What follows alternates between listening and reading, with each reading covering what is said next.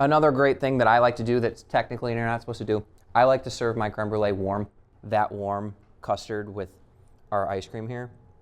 Hi, I'm Chef Jenner Tomaska. I'm from Chicago, Illinois.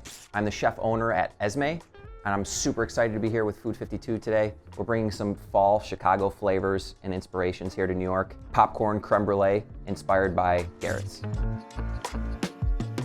So the first thing we're gonna do, popcorn. And then we're gonna wanna make sure our pot's slightly warm, just enough oil to coat the bottom. It's just a different spin on creme brulee. Creme brulee is one of my favorite things. As a kid growing up, it's one of those kind of classic dishes that everyone can, it's recognizable everywhere. And this is kind of a Midwest twist on it. I mean, if you're flying into Chicago, you've seen Garrett's. You know, they have them in the airports. That's how much of a staple it is. There's usually a line on Michigan Avenue out the door, because it's like every tourist stops to get it. And for me growing up, that trio of the popcorn bucket trio, the cheddar cheese, caramel corn, and then buttered flavor is so nostalgic. And then all the kitschy little logos on the side of it, whether it was from Christmas or Coca-Cola or you name it, everyone did one. So the key is to not overdo it here. Less is more. A little bit of popcorn turns into a lot of popcorn. So good sign here, we're hearing some noise. It means that our pan's at the right temperature. And then we are going to lid it and start shaking. Got some action. So we're gonna move on to our creme brulee base. As we kind of talked about, it's gonna be flavored with popcorn. And something that's really great about a couple things that we're gonna do today, they're all kind of focused on basically an anglaise. You get to kind of learn the process of tempering eggs into cream and how important that is. And that can really translate to a lot of desserts or cooking techniques with going through making a dessert, which I think is pretty special here. So popcorn's popped. We're gonna steep cream and milk into it.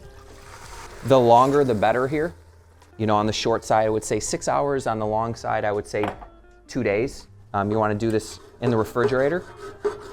All that popcorn and nutty aroma flavor is gonna leach out into our cream, and that's gonna kind of be the main flavoring of our creme brulee. This is really cool. It just tastes like fall. Popcorn creme brulee, but we do serve it with cheddar ice cream. So I think the cheddar ice cream can be a little bit polarizing to people, but I think once they kind of connect the dots, the saltiness from the cheddar ice cream to the sweetness of the popcorn and the bruleed sugar, it just really hits home like nostalgia. So we're gonna strain our cream. So I was really excited to do this here because we're obviously bringing a little bit of Chicago and a little bit of my childhood and flavors to New York, but more so we're featuring these. They're really special if you haven't had them before. It's a hybrid between two different squash varietals, and it's basically combining the best of both worlds to it. Super sweet, super delicate, versatile. You can go dessert, you can go salad, and look how cute and beautiful they are. So what we're actually gonna do here is cross-utilize it two different ways. We're going to take some of the puree after we roast them and fold that into the batter of the creme brulee mix. And then we're also gonna hollow them out and use them like a ramekin. Rather than baking your creme brulee in a traditional ramekin in a water bath, we're actually gonna use this as the vessel. And the reason we're doing that is because we're incorporating some of the flavor into the batter, but really I want everyone to be able to dig into the cup or the vessel when they're done with the dessert. So it's like this kind of extra layer, more flavor, and just a little bit thinking outside of the box of highlighting the season we're about to be in. So as we were kind of talking about before, the reason this is so fun as we kind of go through a couple different techniques, tempering eggs into cream, really important. Everyone should learn it if they're interested in cooking dessert.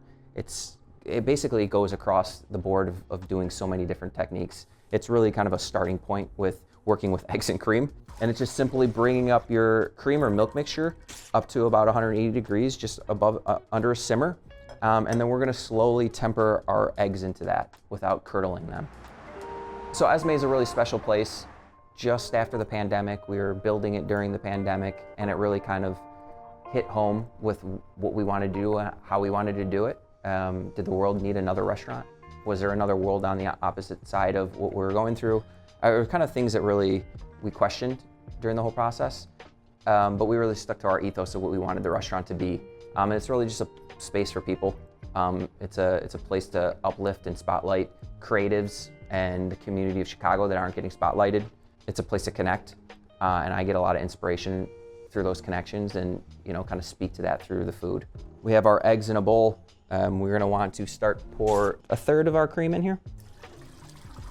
Usually when you have a friend in the kitchen helping you cook, this is usually where I make them pour and I whisk. What's really beautiful about the hospitality world is the community is so small. And if you know one chef, you really know any chef or any restaurateur or hospitality worker by third degree. Come to find out, the art world is very similar in Chicago and even abroad. And I think that's been really cool for me, is to see kind of these connections and relationships build. Artists that we've worked with now support artists that we're featuring, and watching their kind of community grow and build. So we have our eggs tempered. We're gonna move into some other ingredients. We have white miso, really fun, different umami flavors that kind of aren't necessarily recognizable in a dessert. And the reason we're doing this is because we really are inspired by that sweet salty combination that Garrett's kind of brings to the table. So we wanted to add a touch of salt to our creme brulee base. That's gonna go really, really nice with our cheddar ice cream. Some vanilla beans. Vanilla is one of my favorite things in the world. There's nothing better than vanilla ice cream. I know that sounds so basic, but it is so amazing. Just gently scrape, get as much as you can. So we've already roasted these. We've scraped out some of the innards and we just have this nice puree or pulp. It doesn't matter if it's chunky, because we are gonna strain it and pass it. So we have our creme brulee base ready. We're gonna hollow out our vessels. So moving on to our Honeynut squash, we've sliced off the tops, and we're gonna use these as our ramekins, or our cooking vessels. So we're just gonna take out some of these seeds and the innards. Pretty tedious process, but I think it's worth it. So we're just gonna use a knife just to kind of create a larger hole, just to get some more of our batter into it.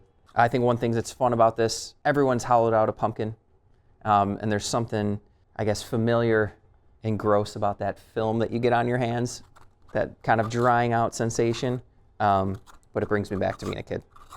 So you can kind of see we have our silhouette here, this nice little cup or bowl. It's gonna hold maybe like 3 ounces of brulee batter. It's gonna be perfect. We can create our double boiler basically with anything, any pot, any pan. You just need to make sure your second vessel fits inside of it. So we have, I don't know, a quart or so of water inside, just enough so as we submerge, it's gonna go about halfway up our cooking vessel, whether it's our honey nuts or your ramekin at home.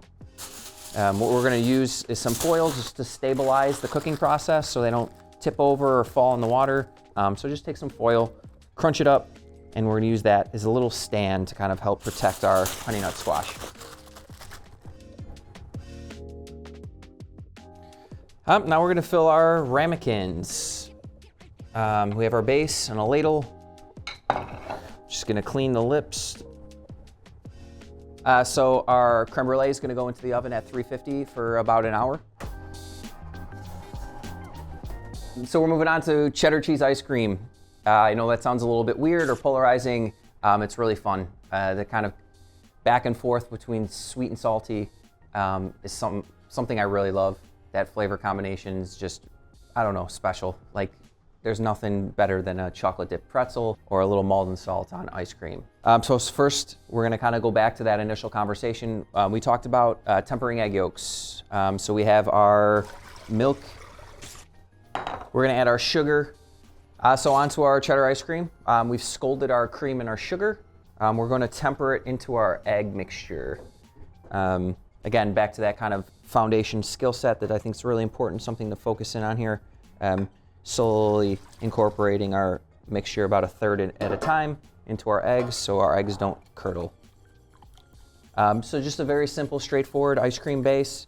We've got cream, egg, sugar, stabilizer, a touch of salt, and then cheddar cheese. The second third of our cream, and then back into our pot. So we're gonna add our ice cream stabilizer here, a touch of salt, And then we're gonna bring this up to 181 Fahrenheit. An important temperature here. Most of the time when I'm cooking, I like to feel and touch things, but when it comes to baking and some pastry, it's really important that we're exact with a lot of things. Constantly stirring here is really, really important, making sure no coagulation of our egg yolks are happening on the bottom of the pot. When it comes to baking and pastry, most of the time, numbers are really important. Ingredient amounts are really important. It's hard to go back and fix something once you've kind of started the process. So really making sure that you're measuring things properly, doing things the right way before you're at the point of no return. So we're up to temp here. We're kind of starting to thicken like an anglaise. We're going to add our cheddar cheese. You've got two different options, the white or the yellow. We've got white cheddar cheese here. My favorite part of the process. Taste as we go. Could use a little bit more salt. I like to ride the line between sweet and savory here. Like this should be on the savory side of things. For me, the sugar here is really only to stabilize the cream and make sure you don't have a grainy kind of crystallized ice cream. But I want this to scream like cheese. So we're gonna get this rocking and rolling, and then we're gonna go check on our creme brulee. It's been about an hour and 15 minutes. They look done. So our brulees are out of the oven. You can see kind of the jiggle that we're looking for. Great sign that the custard's set. So we're gonna remove them from our double boiler, get them onto a tray, let them come down to room temperature for about 15 to 30 minutes, and then into the refrigerator until they're cold. They're then gonna come out, and we're gonna brulee them with some sugar and serve them with our ice cream. So we've got our creme brulee out of the fridge. It's just about cold. So we're gonna dust with our sugar and brulee. And it's really important that we don't have any clumps or lumps, and if we do, we're gonna wanna gently brush them off. I always like to do 2 rounds of sugar. I love a hard crack on this. And if we start to get a little dark, don't worry, I think that's okay. I think that those slightly caramelized sugar notes here on our honey nuts really lend to the dish. So if you see the edge of the squash physically bruleeing and getting a little burnt, that's a good sign. We've got our white cheddar ice cream out of the freezer after it's out of the ice cream machine.